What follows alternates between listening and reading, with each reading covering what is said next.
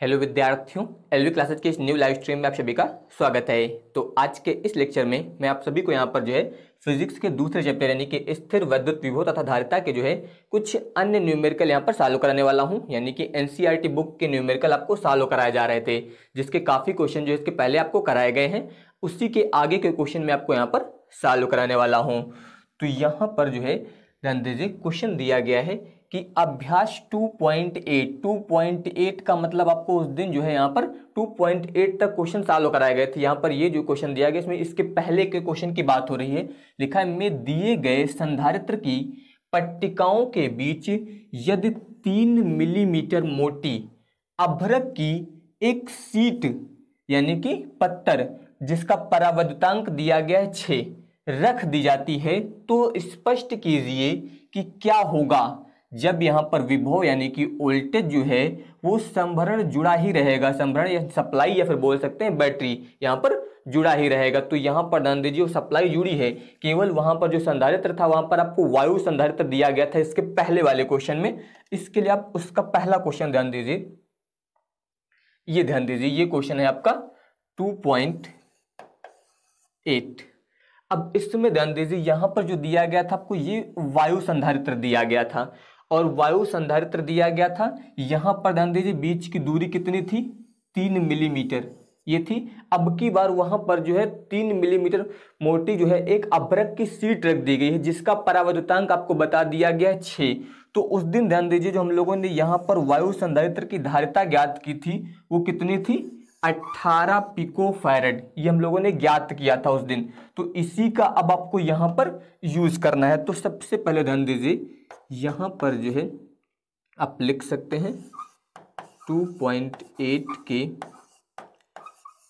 अनुसार, यानी कि ये इसके पहले वाले क्वेश्चन की बात हो रही है।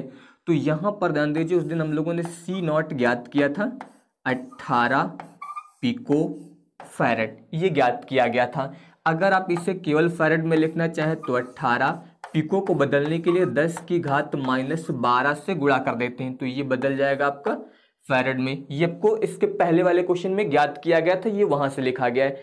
अब यहां पर ध्यान दीजिए इसमें लिखा गया है कि 3 मिलीमीटर मोटी अभ्रक की एक सीट यहाँ पर रख दी जाती है। तो अब आप यहाँ पर लिखेंगे इसमें कि संधारित्र की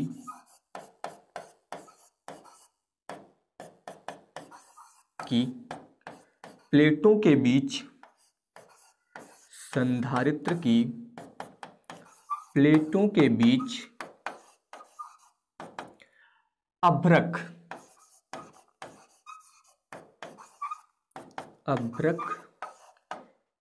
की पट्टी रखने पर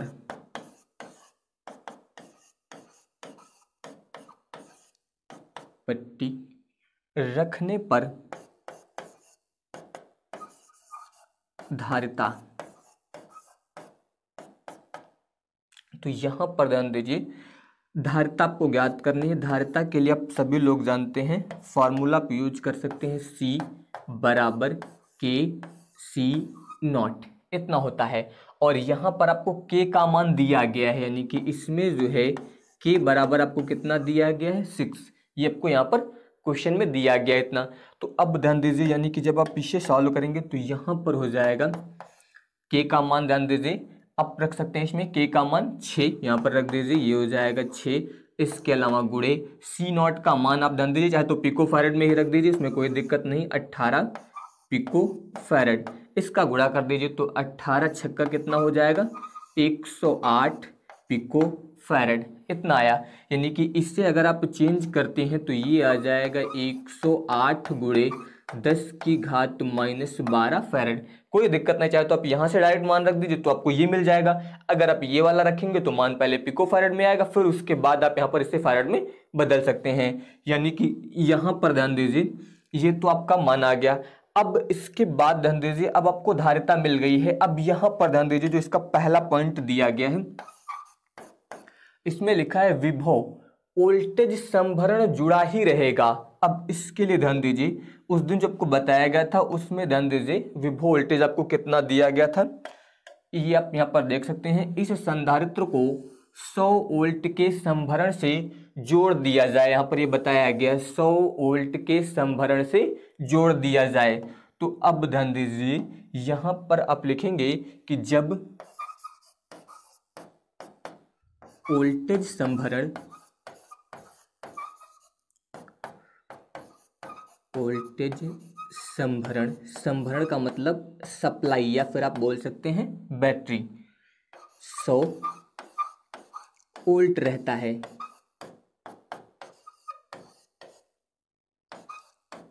तो यहाँ पर अब हम लोग नया आवेश ज्ञात करेंगे।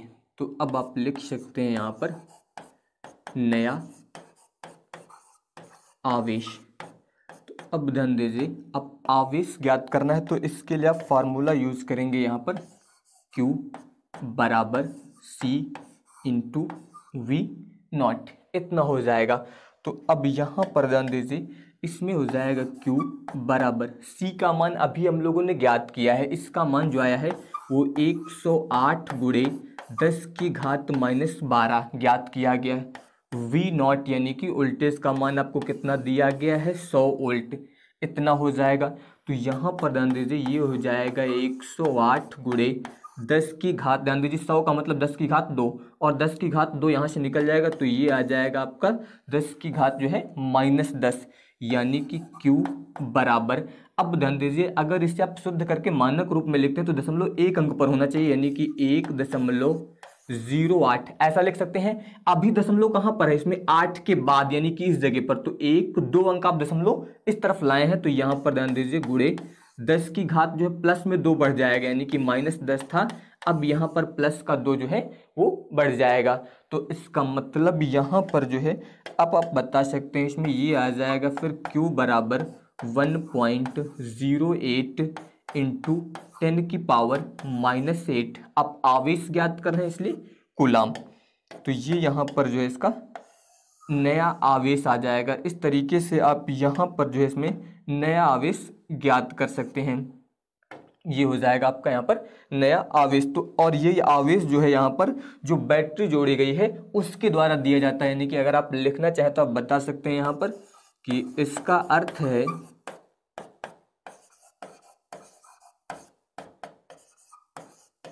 अब ध्यान दीजिए ये आवेश बढ़ा है या घटा है, इसकी पहचान के लिए ध्यान दीजिए, क्योंकि यहाँ पर जो है अभ्यास 2.8 यानी कि इसके पहले वाले क्वेश्चन की बात हुई है। तो यहाँ पर ध्यान दीजिए पहले वाला आवेश ये था आपका 1.8 इंटू 10 की पावर -9, ध्यान दीजिए 10 की घात -9 कूलाम दिया गया है। और अब की बार जो आया है वहां पर ध्यान दीजिए इसमें आपका जो मान आया है वो यहाँ पर है 1.08 इंटू 10 की पावर -8, यानी कि ये आवेश अधिक है। तो अब की बार यहाँ पर आवेश बढ़ गया है जब आपने अभ्रक की पट्टी यहाँ पर बीच में रख दी है। तो वही यहाँ पर बताना आपको कि इसका अर्थ है कि आवेश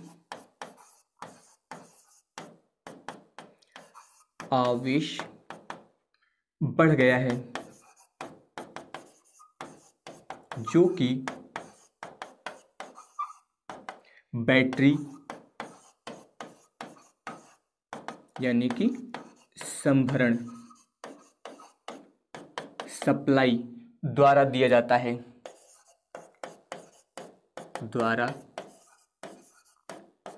दिया गया है।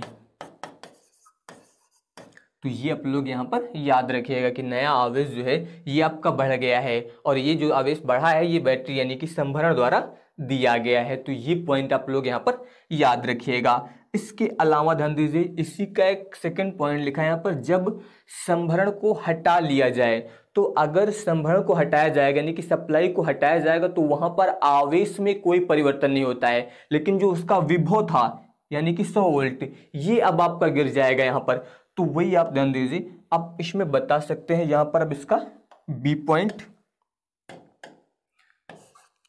जब संभरण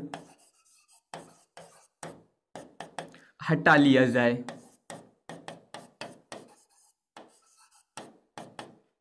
हटा लिया जाता है तो प्लेटों के बीच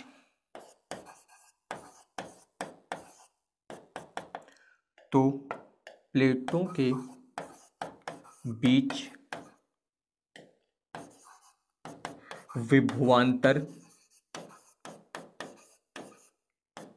प्लेटों के बीच विभवांतर ध्यान दीजिए पहले कितना था V0 से जो है V मान लीजिए गिर जाता है।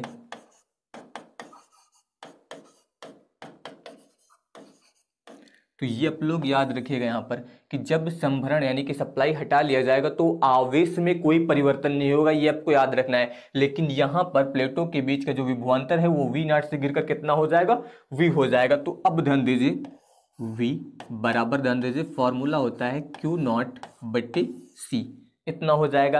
अब इसके अलावा ध्यान दीजिए Q बराबर फॉर्मूला होता है CV, इसका मतलब Q0 बराबर कितना हो जाएगा C0 V0। तो उसी प्रकार से इसकी जगह पर आप लिख सकते हैं C0 और V0 बट्टे ध्यान दीजिए C बराबर अभी आपको बताया गया है K C0 ये होता है, तो यहाँ पर आप यूज कर सकते हैं K C0, इतना हो जाएगा।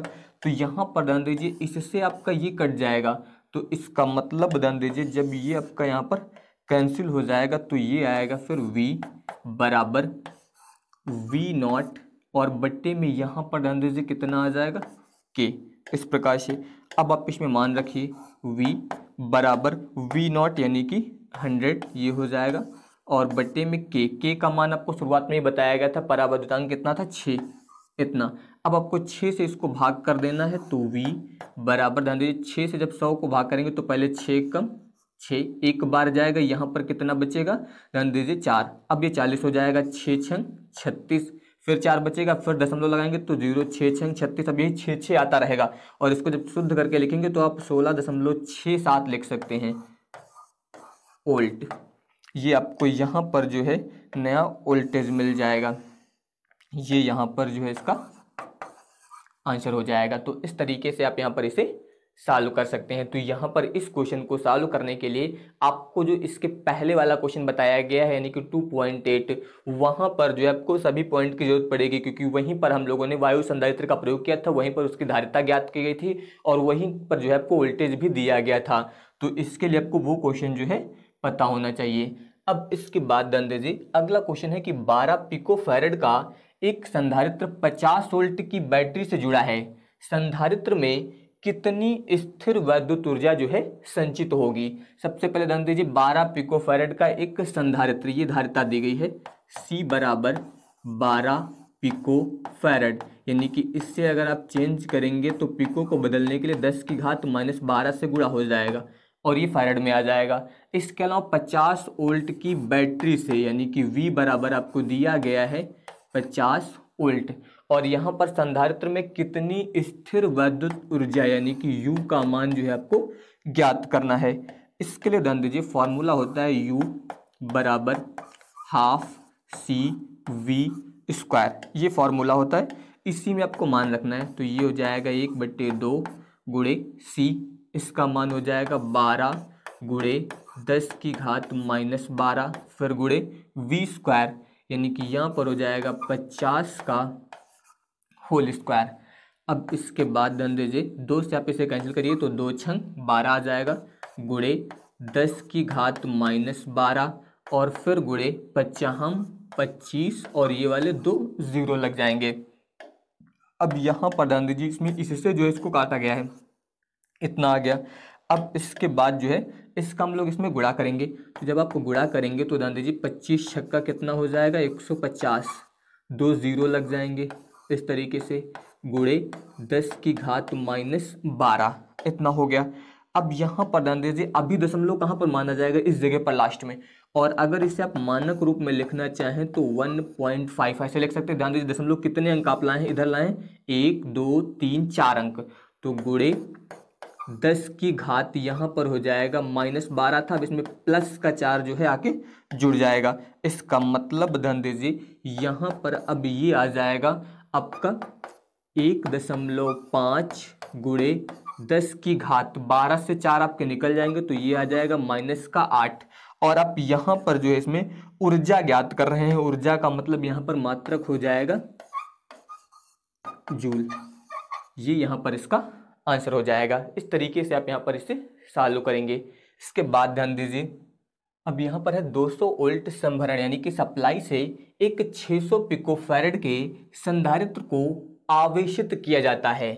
फिर इसको जो है समभरण से वियोजित कर देते हैं तथा एक अन्य जो है 600 पिको फैरेड वाले अनावेशित संधारित्र से जोड़ देते हैं। इस प्रक्रिया में कितनी ऊर्जा का ह्रास होता है, इस पर आपको एक डेरिवेशन भी कराया गया है। यहाँ पर जब दो आवेशित यहाँ पर चालकों को हम लोग जोड़ते हैं तो उनमें सदैव जो है ऊर्जा का ह्रास होता है, यानी कि ऊर्जा की कमी होती है। तो सबसे पहले यहाँ पर ध्यान दीजिए 200 वोल्ट संभरण और 600 पिको फैरेड के संधारित्र को आवेशित किया जाता है, यानी कि आपको यहाँ पर ध्यान दीजिए ये वोल्टेज दिया गया है, इसका मतलब V1 से आप लिखिए तो ये V1 बराबर हो जाएगा 200 वोल्ट और इसको आप मान लीजिए C1 बराबर 600 पिको फैरेड, यानी कि ये हो जाएगा आपका 600 गुणे 10 की घात -12 फैरेड। इस तरीके से इतना हुआ।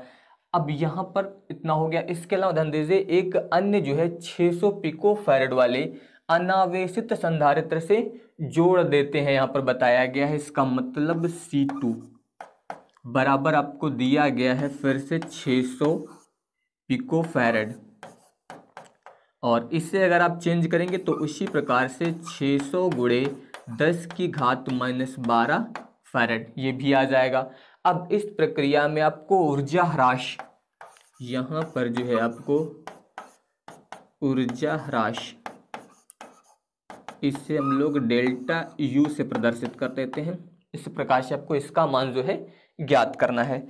तो सबसे पहले ध्यान दीजिए जब तक यहाँ पर इस अनावेशित संधारित्र को जोड़ा नहीं गया उसके पहले हम लोग ऊर्जा ज्ञात करेंगे। तो आप यहाँ पर लिख सकते हैं प्रारंभिक ऊर्जा,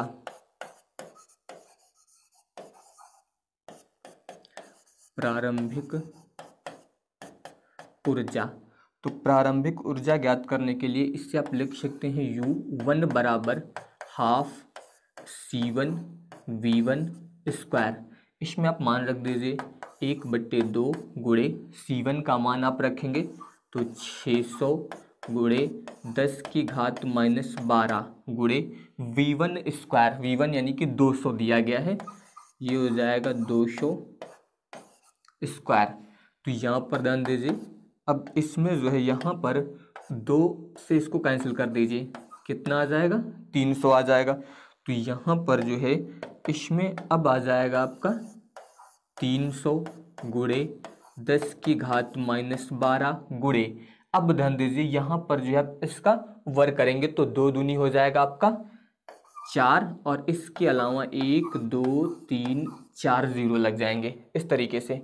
अब यहाँ पर ध्यान दीजिए इसे आप ऐसा लिखिए 4 गुणे 3 करिए 4 3 12, इसके अलावा 0 ध्यान दीजिए 1 2 3 4 5 6 0 हैं तो गुणे 10 की घात 6 लिख दीजिए और इसके अलावा गुणे 10 की घात -12, यानी कि ये आ जाएगा आपका 12 गुणे 10 की घात -6। इस तरीके से यहाँ पर 12 से ये वाला 6 निकल जाएगा तो 12 गुणे 10 की घात -6। अब ऊर्जा ज्ञात कर रहे थे इसलिए जूल, ये इतना आ गया। अब यहाँ पर ध्यान दीजिए इसमें आपको बताया गया कि एक अनावेशित संधारित्र जोड़ देते हैं। तो अब इसके लिए ध्यान दीजिए अब आप यहाँ पर लिखेंगे अनावेशित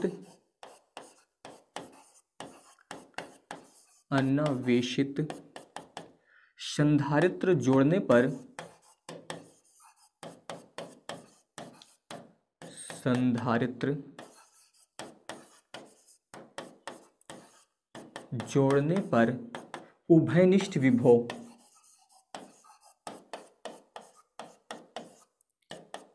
उभयनिष्ठ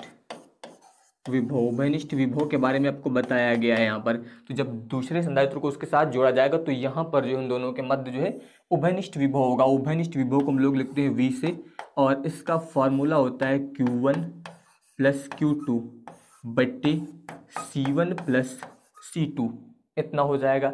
अब यहाँ पर ध्यान दीजिए Q बराबर क्या होता है CV, ये आप लोग जानते हैं। तो उसी के अनुसार ध्यान दीजिए Q1 की जगह पर हो जाएगा C1 V1 प्लस, अब ध्यान दीजिए दूसरा जो संधारित्र है वो अनावेशित है, यानी कि उसमें आवेश नहीं है।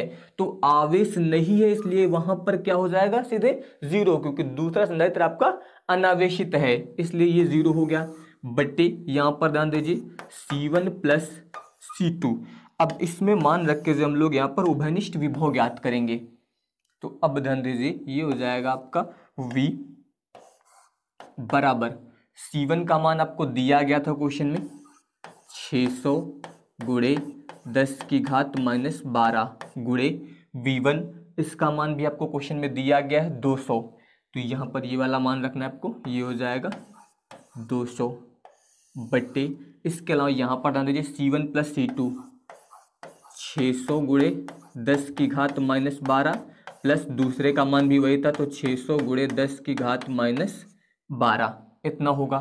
यानी कि यहाँ पर ध्यान दीजिए ये आएगा आपका 600 गुणे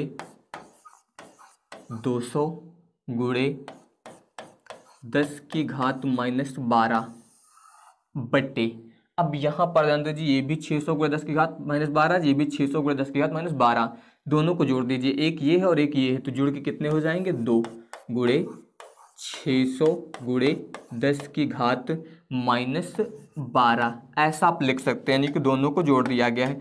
अब होगा क्या, 10 की घात माइनस 12 से 10 की घात माइनस 12 कट जाएगा, इसके अलावा ध्यान दीजिए 600 से 600 कट जाएगा, और 2 से जब आप 200 को काटेंगे तो कितना आ जाएगा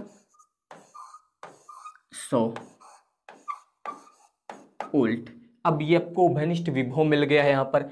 अब इसके बाद जो है आपको यहाँ पर संयोजन के बाद, यानी कि जब दूसरे संधारित्र को जोड़ दिया जाएगा तो उसके बाद ऊर्जा ज्ञात करनी है, तो अब आप लिखेंगे यहाँ पर संयोजन के पश्चात ऊर्जा,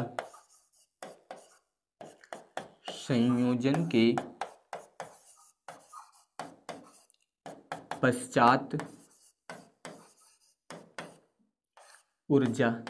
अब आपको यहाँ पर जो है संयोजन के बाद, यानी कि दोनों संधारित्रों को जोड़ने के बाद ऊर्जा ज्ञात करनी है, तो इसके लिए आप लिखेंगे U2 बराबर यहाँ पर हो जाएगा हाफ C1 प्लस C2, अब की बार विभव समान हो जाएगा तो V स्क्वायर, इस तरीके से आपको यहाँ पर प्रयोग करना है।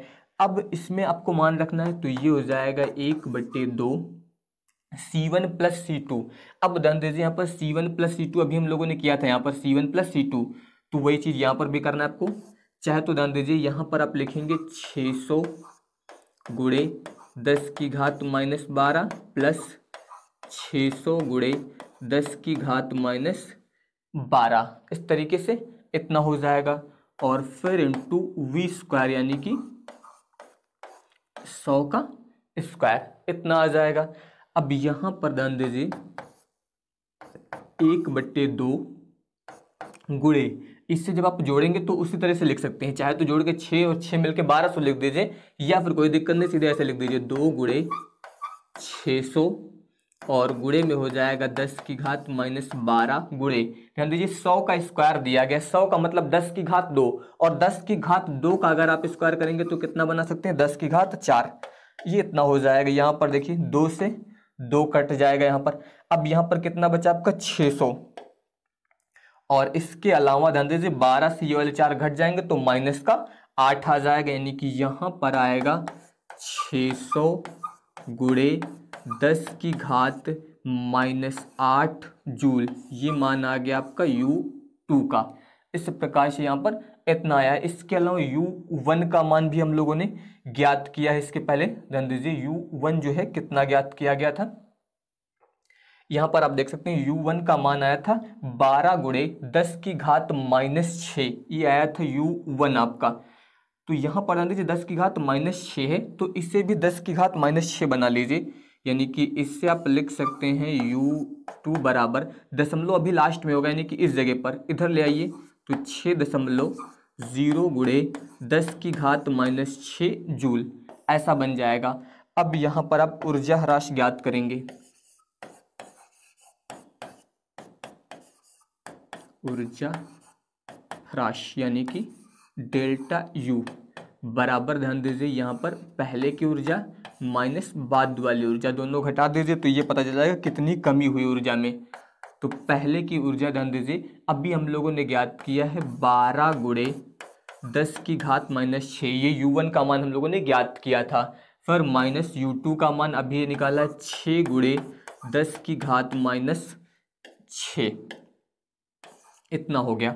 यहाँ पर ध्यान दीजिए इससे आप घटा दीजिए तो यहाँ पर 12 से 6 घटेगा, ये आएगा 6 गुणे 10 की घात -6 जूल।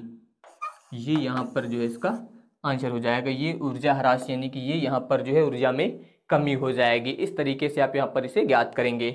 अगला ध्यान दीजिए, अब यहाँ पर है कि मूल बिंदु पर एक 8 मिली कूलाम का आवेश जो है वो अवस्थित है।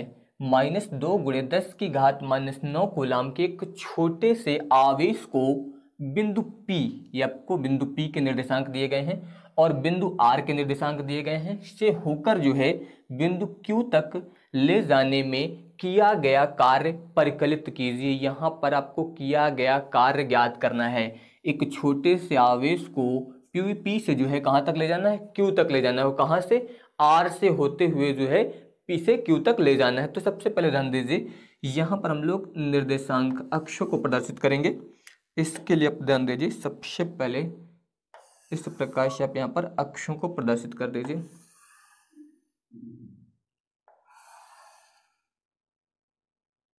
यहाँ पर जो है इस तरीके से इसे प्रदर्शित कर सकते हैं। तो अब ध्यान दीजिए, यहाँ पर ये जो होगा ये इसका मूल बिंदु होगा।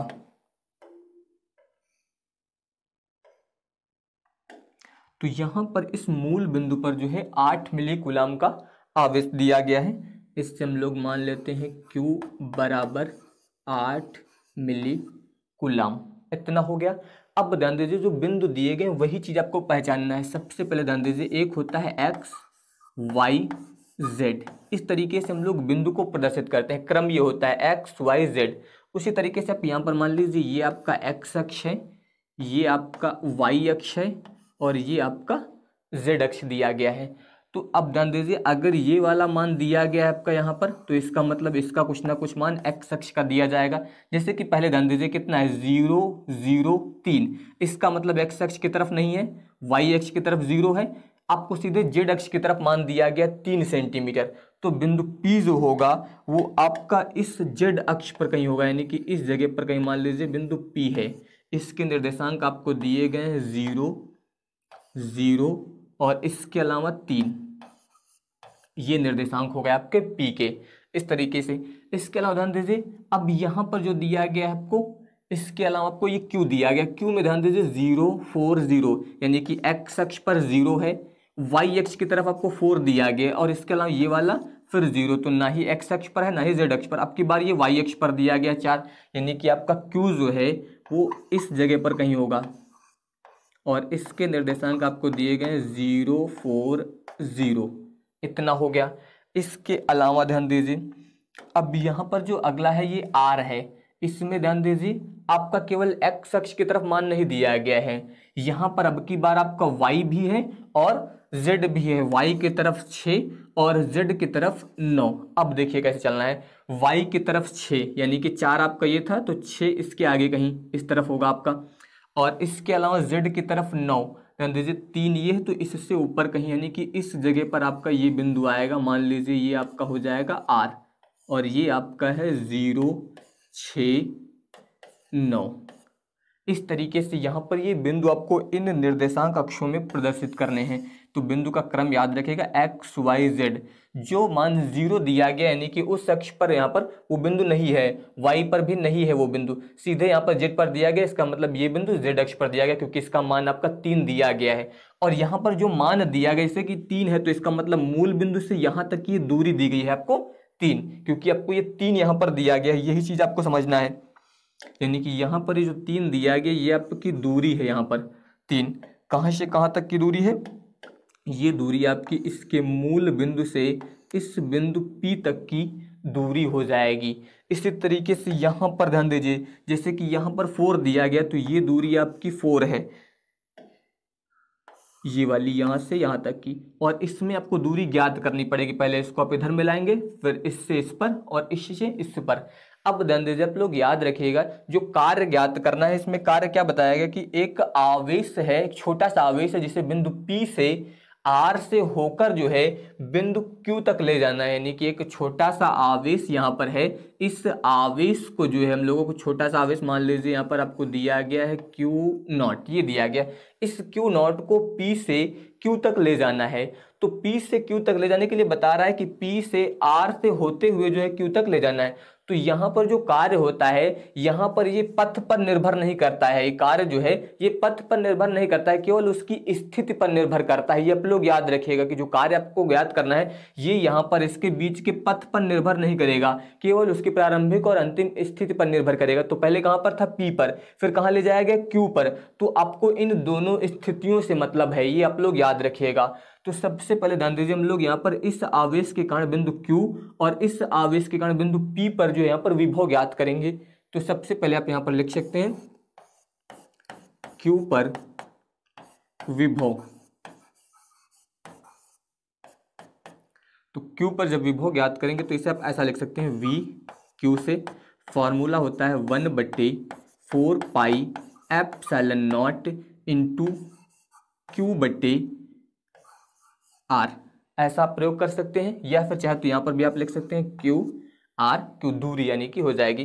तो अब ध्यान दीजिए यहाँ पर हो जाएगा, इसका मान आप सभी लोग जानते हैं 9 × 10⁹ हो जाएगा, फिर गुणे Q का मतलब ये दिया गया है 8 मिली कूलम। ध्यान दीजिए 8 मिली को बदलने के लिए 10⁻³ से गुणा करेंगे, 10⁻³ जो है इस मिली के लिए प्रयोग किया जाएगा।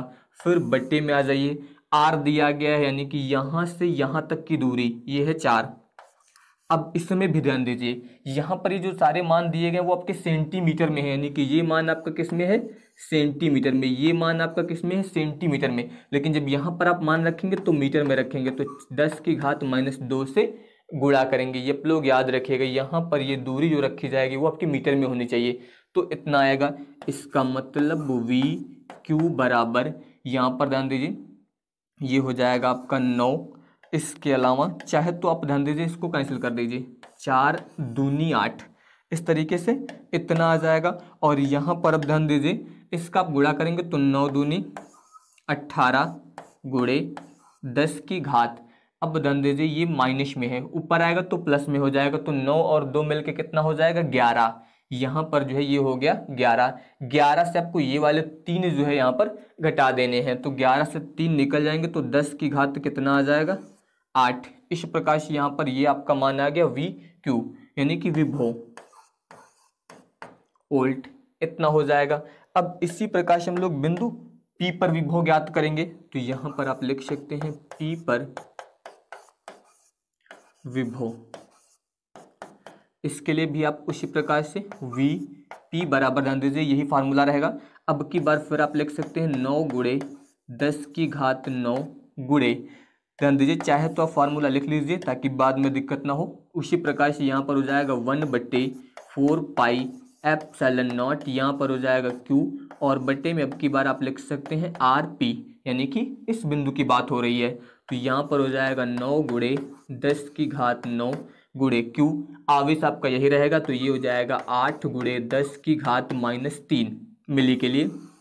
बट्टे में आ जाइए, दूरी 3 सेंटीमीटर है यानी कि 3 × 10⁻² से गुणा हो जाएगा।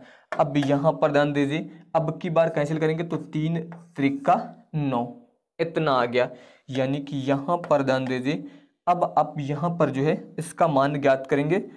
चलिए इससे ध्यान दीजिए, यहाँ पर आप लिख दीजिए VP बराबर, यहाँ पर हो जाएगा 8 त्रिक 24। इसके अलावा यहाँ पर भी ध्यान दीजिए, ये ऊपर जाएगा तो प्लस में जाएगा, तो 3 से 2 घटेगा, माइनस का 1 बचेगा, वो इससे निकल जाएगा, तो 10⁸ आएगा, यानी कि 8 त्रिक 24 गुणे 10⁸। यहाँ पर आ जाएगा 24 गुणे 10⁸ वोल्ट। ये आपको बिंदु P पर विभव मिल गया है। अब आपको दोनों अलग अलग स्थितियों के विभव मिल गए हैं, अब आपको कार्य ज्ञात करना है। तो ध्यान दीजिए फॉर्मूला ये होता है W बराबर Q0 VQ माइनस VP, क्योंकि हम लोग P से Q पर ले जाने में किया गया कार्य ज्ञात करने, इसलिए अंतिम वाला फिर माइनस वाला यहाँ पर करेंगे। P से Q पर ले जा रहे थे इसलिए आपको फॉर्मूला ये यूज करना रहेगा। अब यहाँ पर बात हुई है VQ की, तो यहाँ पर आप बता सकते हैं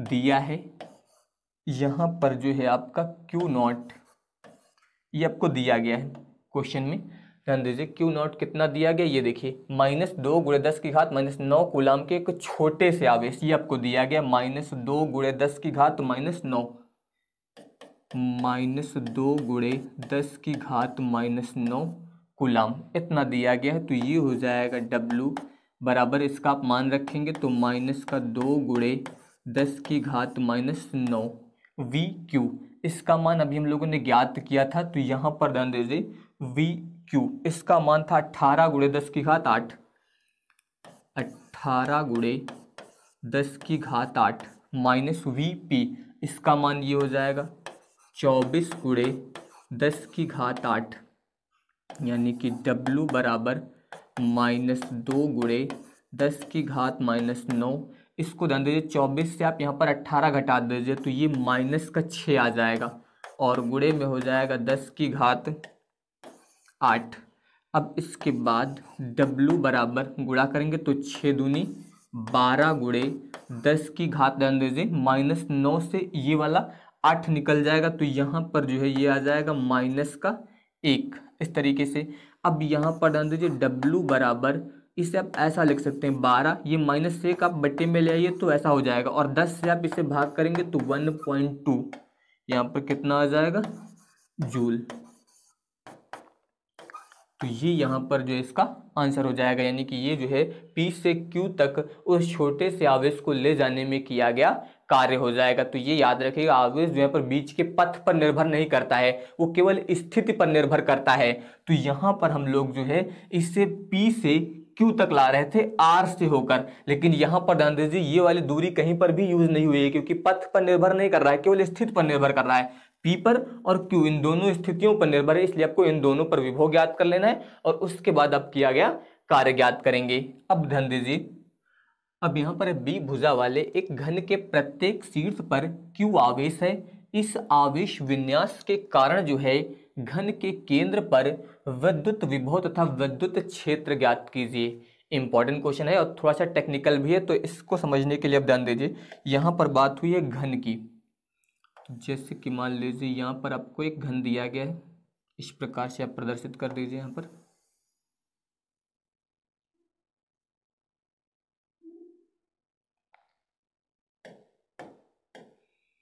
तो यहाँ पर जो आपको एक घन दिया गया है,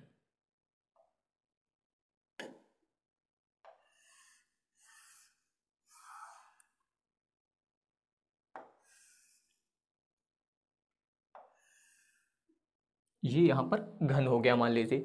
अब ध्यान दीजिए घन में जो है टोटल 8 शीर्ष होते हैं, जैसे कि ध्यान दीजिए A, B, C और ये आपका D, इसके अलावा E, ये आपका F, G, H, टोटल 8 शीर्ष होते हैं घन के। और आपको बताया गया कि प्रत्येक शीर्ष पर जो है Q आवेश दिया गया, यानी कि इन सभी शीर्षों पर जो आवेश है वो आपका कितना है Q दिया गया है। ये जो है आपका प्रत्येक शीर्ष पर है, इतना हो गया। इसके अलावा ध्यान दीजिए यहाँ पर लिखा था B भुजा वाले घन, यानी कि यहाँ पर जो है इसकी जो भुजा है वो B है, जैसे कि ये भुजा आप मान लीजिए B है, इसकी ये भुजा B होगी, ये भुजा B होगी, घन है इसलिए सभी भुजाएं इसकी जो है वो B हो जाएंगी। तो अब इतना आपको पता है। अब यहाँ पर आपको इसके केंद्र पर जो है ज्ञात करना है, तो केंद्र पर ध्यान दीजिए विभव और विद्युत क्षेत्र ज्ञात करना है। तो केंद्र ध्यान दीजिए ज्ञात करने के लिए इसके एक सिरे से जो है यहाँ पर दूसरे वाले सिरे को आप मिला दीजिए, इस तरीके से आप यहाँ पर जो है इसे प्रदर्शित कर दीजिए, और इससे जो है आप यहाँ पर डॉट डॉट करके भी प्रदर्शित कर सकते हैं। ये भुजा हो गई। इसी तरीके से यहाँ पर ध्यान दीजिए इस वाले सिरे को भी हम लोग मिलाएंगे, ये हो जाएगा, यानी कि इस घन के दोनों सम्मुख सिरों से जो है आप यहाँ पर इसे मिला दीजिए इस तरीके से। तो यहाँ पर ये जो एक दूसरे को काट रहे हैं जिस बिंदु पर, ये इस घन का केंद्र हो जाएगा, यानी कि इसे हम लोग मान लेते हैं O। आप लिख सकते हैं यहाँ पर कि माना घन का केंद्र O है इतना, और यहाँ पर जो केंद्र है इसकी जो है सभी शीर्षों से दूरी बराबर होती है, क्योंकि घन है तो घन के केंद्र की जो है इसके सभी शीर्षों से यहाँ पर जो दूरी होगी वो आपकी बराबर होगी। तो सबसे पहले तो आपको यहाँ पर ये दूरी ज्ञात करनी है। विभव ज्ञात करने के लिए आवेश और दूरी पता होनी चाहिए, तो आपको यहाँ पर दूरी ज्ञात करनी है। तो दूरी ज्ञात करने के लिए ध्यान दीजिए, सबसे पहले यहाँ पर हम लोग जो है, जैसे कि आप ध्यान दीजिए ये वाला विकर्ण आपका मिलाया गया है इस सिरे से इस सिरे पर। अगर हमको ये वाला विकर्ण यहाँ पर पता चल जाए तो इसके लिए आप ध्यान दीजिए, जैसे कि मान लीजिए हम लोगों को यहाँ पर ध्यान दीजिए ये वाला, इस विकर्ण को हम लोग पहले पता लगा लेते हैं। तो यहाँ पर आप लिख सकते हैं, इसमें ध्यान दीजिए एच सी स्क्वायर बराबर, यहाँ पर हम लोग पाइथागोरस प्रमेय यूज करेंगे। पाइथागोरस प्रमेय के अनुसार कर्ण स्क्वायर बराबर आधार स्क्वायर प्लस लंब स्क्वायर ये होता है। तो जैसे कि यहाँ पर ध्यान दीजिए एच सी हम लोगों ने किया, यहाँ पर ध्यान जैसे कि नीचे वाला तल दिया गया है, आपका तल ऐसा होगा बिल्कुल, ये इस तल के हमने ये वाली भुजा ले ली। जैसे कि आपका ये तल दिया गया, इसका ये सिरा डी है, ये सिरा सी है, ये सिरा यहाँ पर जी है और ये सिरा आपका एच है। तो यहाँ पर हम लोग ज्ञात क्या कर रहे हैं, एच सी, यानी कि ये वाली भुजा ज्ञात कर रहे हैं। इसकी ये भुजा बी है और इसकी ये वाली भुजा बी है, तो इसका मतलब लंब भी बी स्क्वायर हो जाएगा और इसके अलावा आधार भी आपका बी स्क्वायर हो जाएगा। तो इसका मान कितना आ जाएगा, 2b स्क्वायर। इस तरीके से आप यहाँ पर ज्ञात करेंगे, बस यही पॉइंट आपको यहाँ पर समझना है। तो यहाँ पर ये आ जाएगा 2b स्क्वायर। अब आप ध्यान दीजिए, यहाँ पर अब आपको एच सी पता हो गया है। अब ध्यान दीजिए, अब आपने यहाँ पर मिला रखा है, ध्यान दीजिए एच से लेकर बी तक। अगर इसको हम लोग प्रदर्शित करें अलग, तो ध्यान दीजिए ये आपका एक शीर्ष से दूसरा शीर्ष, ये आपका एच बी, ये हो गया एच से लेके बी तक ये वाला विकर्ण। अब इस बी को ध्यान दीजिए सी, ये ऐसे दिया गया है यहाँ पर सी इस तरीके से, और हम लोगों ने ये वाला सिरा ज्ञात किया है, यानी कि जिसे हम लोग एच सी बोलते हैं, यानी कि ये आपका एच है। तो अब ध्यान दीजिए आपको ये वाला पता है और इसकी ये वाली भुजा कितनी है, बी। तो अब आपको फिर यहाँ पर ध्यान दीजिए लंब और आधार पता है, कर्ण ज्ञात कर सकते हैं कि नहीं, यानी कि एच बी, यहाँ पर आप ज्ञात करेंगे एच बी स्क्वायर। अब एच बी स्क्वायर ज्ञात करने के लिए ध्यान दीजिए, यहाँ पर एक तो आपका एच सी हो जाएगा ये स्क्वायर, और प्लस इसके अलावा ध्यान दीजिए ये वाली भुजा, यानी कि आप लिख सकते हैं B C square, B C square. इस तरीके से आपको यहाँ पर प्रयोग करना रहेगा। तो एच सी का मान आपने ज्ञात किया है यहाँ पर 2b स्क्वायर, और फिर बी सी का मान आपको पता है b, तो ये हो जाएगा b स्क्वायर, यानी कि एच बी स्क्वायर बराबर कितना आएगा, ये हो जाएगा 3b स्क्वायर। अब अगर आप यहाँ से एच बी ज्ञात करें तो ध्यान दीजिए स्क्वायर लगा है, यानी कि ये आ जाएगा आपका √3 और बी स्क्वायर है इसलिए ये आ जाएगा b। तो √3b, यानी कि यहाँ पर h से लेके b तक की दूरी मिल गई।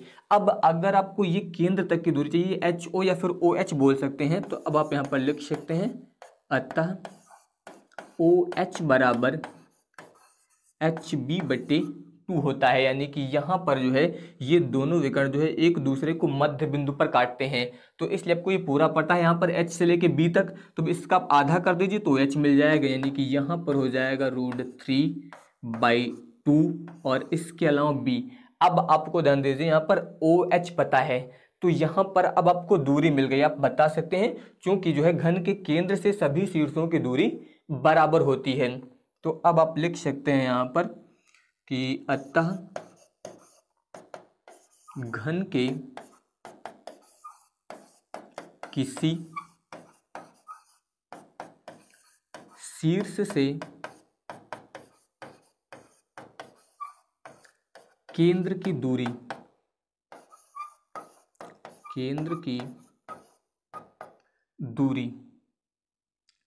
इससे हम लोग मान लेते हैं r से, r बराबर √3/2b इतना हो गया। ये अब आपको यहाँ पर दूरी मिल गई है इतनी, यानी कि आपको यहाँ पर जो है इस घन के केंद्र की जो है सभी शीर्षों से दूरी मिल गई है, क्योंकि घन के केंद्र से सभी शीर्षों की दूरी समान होती है। तो अगर एक की मिल गई तो आप सभी की दूरी यहाँ पर ज्ञात कर लेंगे इस तरीके से। अब यहाँ पर आपको बताया गया कि प्रत्येक शीर्ष पर आवेश कितना है, Q है। तो सबसे पहले ध्यान दीजिए, आप यहाँ पर लिख सकते हैं Q आवेश के कारण, आवेश के कारण घन के केंद्र पर विभव, केंद्र पर विभव, इससे हम लोग मान लीजिए V से प्रदर्शित करेंगे तो फॉर्मूला हो जाएगा 1/4 pi epsilon not into Q/R। इस तरीके से इतना होगा, यहाँ पर कितना आएगा Q/R। अब आप सभी लोग जानते हैं कि घन में कितने शीर्ष हैं, 8, और सभी पर आवेश रखा गया है। तो अब आप यहाँ पर लिखेंगे इसमें कि अतः सभी 8 आवेशों के कारण, आवेशों के कारण बिंदु O पर विभव। तो अब ध्यान दीजिए, यहां पर अब आपको 8 आवेशों के कारण विभव ज्ञात करना है, तो इसलिए यहां पर हो जाएगा 1/4 पाई एप्सिलॉन नॉट इंटू, जहां पर Q था उसकी जगह पर हो जाएगा 8Q और बट्टे में आ जाएगा R।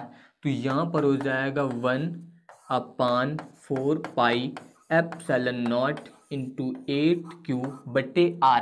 R का मान आपको पता है, R का मान अभी हम लोगों ने ज्ञात किया √3/2 इंटू B। यहाँ पर हो जाएगा √3B और बट्टे में 2 जो है ये पलट के ऊपर आ जाएगा। इतना हो गया। अब इसमें ध्यान दीजिए, यहाँ पर जो है 4 दूनी 8, इतना हो गया। यानी कि यहाँ पर जो है इससे आप ध्यान दीजिए, इसका गुणा कर दीजिए, 2 दूनी 4 हो जाएगा। इसके अलावा Q बट्टे में ध्यान दीजिए, यहाँ पर यह है आपका √3, इसके अलावा B पाई एप्सिलॉन नॉट। इस तरीके से यहाँ पर इतना आ जाएगा। तो ये यहाँ पर आपको विभव मिल जाएगा, यानी कि वोल्ट। इस तरीके से आप यहाँ पर विभव ज्ञात कर सकते हैं। अब यहाँ पर आपको केंद्र पर ज्ञात करना है वैद्युत क्षेत्र की तीव्रता। इसके अलावा केंद्र पर वैद्युत क्षेत्र की तीव्रता। अब वैद्युत क्षेत्र की तीव्रता ज्ञात करने के लिए आपको कुछ पॉइंट समझने हैं। जैसे कि ध्यान दीजिए, मान लीजिए भी आपको घन बताया गया है यहाँ पर, तो यहाँ पर ध्यान दीजिए, जैसे कि ये मान लीजिए यहाँ पर आपको घन दे दिया गया है।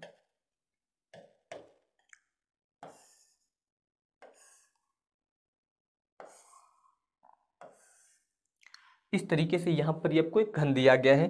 तो यहाँ पर अगर इसके केंद्र की बात करें हम लोग, तो अभी आपको बताया गया इस शीर्ष को हम लोगों ने मिला दिया था और इसको मिला दिया था। तो ये आपका क्या था यहाँ पर केंद्र।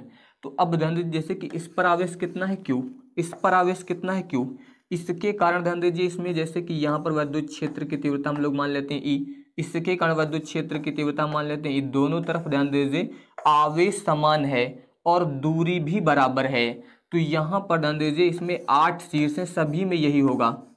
यहाँ पर भी Q है, इसके सम्मुख ध्यान दीजिए, इसके कारण तीव्रता ये हो जाएगी और इसके कारण तीव्रता ये हो जाएगी। इसी तरह इसके सभी शीर्षों के कारण जब तीव्रता ज्ञात करेंगे तो इस सममिति के कारण जो है यहाँ पर ये एक दूसरे को निरस्त कर देंगे, यानी कि यहाँ पर वैद्युत क्षेत्र की तीव्रता जो आएगी वो शून्य आएगी। कैसे आएगी ये भी आपको बताया गया, क्योंकि जब भी आप 2 आवेश अगर समान आपको दिए गए हैं और आपको जो है इनके मध्य बिंदु पर मान लीजिए तीव्रता ज्ञात करनी, तो इस आवेश के कारण तीव्रता मान लीजिए E1 है, इसके कारण तीव्रता E1 है, E2 है, तो यहाँ पर इन दोनों के परिमाण बराबर हैं और दूरी भी बराबर है, इसलिए यहाँ पर E1 और E2 परिमाण में समान और दिशा में विपरीत होने के कारण एक दूसरे को निरस्त कर देंगे। इनकी दिशाएं जो है यहाँ पर विपरीत होंगी, इसलिए ये जो है एक दूसरे को निरस्त कर देते हैं। तो यहाँ पर इसमें 8 शीर्ष हैं, तो इस सममिति के कारण यहाँ पर इसके केंद्र पर जो तीव्रता होगी वो कितनी हो जाएगी, 0 हो जाएगी।